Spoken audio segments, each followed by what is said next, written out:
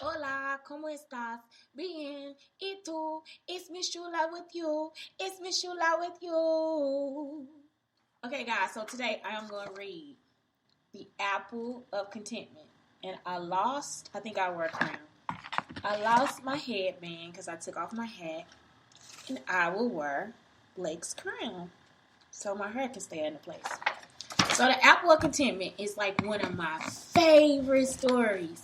And it's sort of like another story. So when I get done, you will know what story to compare it to, with details and everything. There was once a young woman, and she had 3 daughters. The first daughter squinted with both eyes.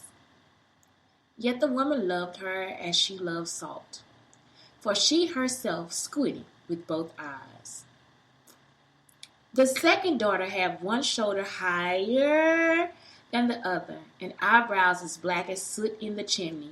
Yet the woman loved her as well as she loved the other, for she herself had eyebrows in one shoulder, black eyebrows in one shoulder higher than the other. The youngest daughter was as pretty as a ripe apple, and had hair as fine as silk, and the color of pure gold. But the woman loved her not at all, for as I have said, she herself has neither pretty, nor had she had the hair of pure gold.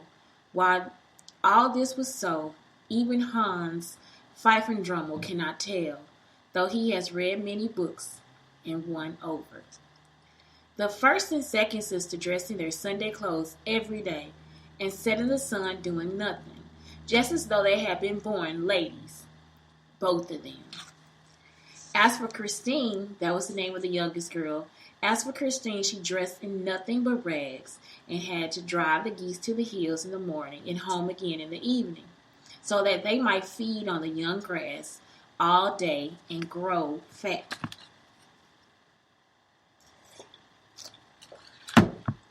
The first sister and the second sister had white bread and butter beside, as much as fresh milk as they could drink. But Christine had to eat cheese parings and bread crusts, and had hardly enough of them to keep good men hunger from whispering in her ear. This was how the churn clacked in that house. Well, one morning Christine started off to the hills with her flock of geese, and in her hand she carried her knitting, at which she worked to save time. So she went along the dusty road until by and by she came to a place where a bridge crossed the brook. And what should she see there but a little red cap with a silver bell at the point of it, hanging from the alder branch. It was such a nice, pretty little red cap that Christine thought that she would take it with her, for she had never seen the like of it in all of her life before. So she put it in her pocket, and then off she went with her geese again. But she had hardly gone 20 of paces when she heard a voice calling, "Christine! Christine!" She looked, and who would she see but a queer little gray man, with a great head as big as a cabbage and little legs as thin as young radishes. "What do you want?" said Christine, when the little man had to come to where she was. Oh, the little man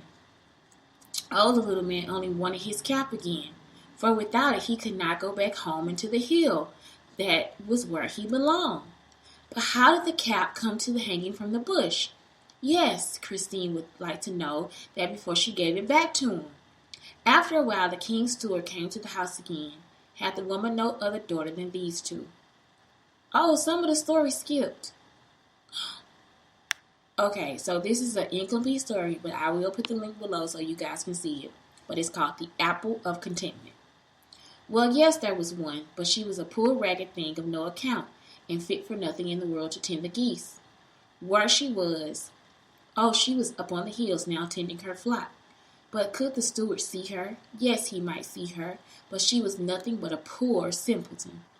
That was all very good, but the steward would like to see her, for that was what the king had sent him for. Therefore, so there was nothing to do but to send to the hills for Christine. After a while she came, and the steward asked if she could pluck the apple yonder for the king. Yes, Christine could do that easily enough, so she reached and picked it as though it had been nothing but a gooseberry on the bush. Then the steward took off his hat and had her a low bow, and made her a low bow in spite of her ragged dress, for he saw that she was the one for whom they had been looking for all this time. So Christine slipped the golden apple into her pocket, and then she and the steward set off to the king's house together. When they had come there, everybody began to titter and laugh behind the palms of their hands to see what a poor ragged goose girl the steward had brought home with him. But for the steward cared not a rap. "Have you brought the apple?" said the king, as soon as Christine had come before him. Yes, here it was, and Christine thrust her hand into her pocket and brought it forth. Then the king took a great bite of it. As soon as he had done so, he looked at Christine and thought that he had never seen such a pretty girl. As for her rags, he reminded them no more than one's minds of spots on a cherry. That was because he had eaten the apple of contentment. And they were married. Of course they were, and a grand wedding it was. I can tell you it is a pity that you were not there. But though you were not, Christine's mother and sisters were. And what is more, they danced with the others, though I believe they would rather have danced upon pins and needles. "Never mind," said they. "We still have the apple of contentment at home, though we cannot taste of it." But no, they had nothing of the kind. The next morning it stood before the young queen, Christine's window, just as it had at her old home, for it belonged to her and to no one else in all of the world. That was the lucky for the king, for he needed a taste of it now, and then as much as anybody else, and no one could pluck it for him but Christine. Now that is all of this story. What does it mean? Can you not see? Rub your spectacles and look again. This story. Okay, so there are the Grimm stories, and most of the fairy tales are like from Grimm stories, and they were just like crazy stories that they could tell kids, scary stories, sort of like the boogeyman. So, you can compare that story to another story, and the story could be any of them that you think is like that story. But compare the story and think about the details and how they are. I think of 3 stories. I think of Snow White. I also think of Cinderella. And I think of Jack and the Beanstalk. So 3 stories have come maybe from the Apple of Contentment. And you can make true comparisons with these stories. So take time, read it to the class, maybe go over it. There is a part that's missing from here. And then you guys can also fill in the parts. And that is how they came up with coding my story. I know the full story, and only other people know parts. But I know all the parts of the story, not just one part.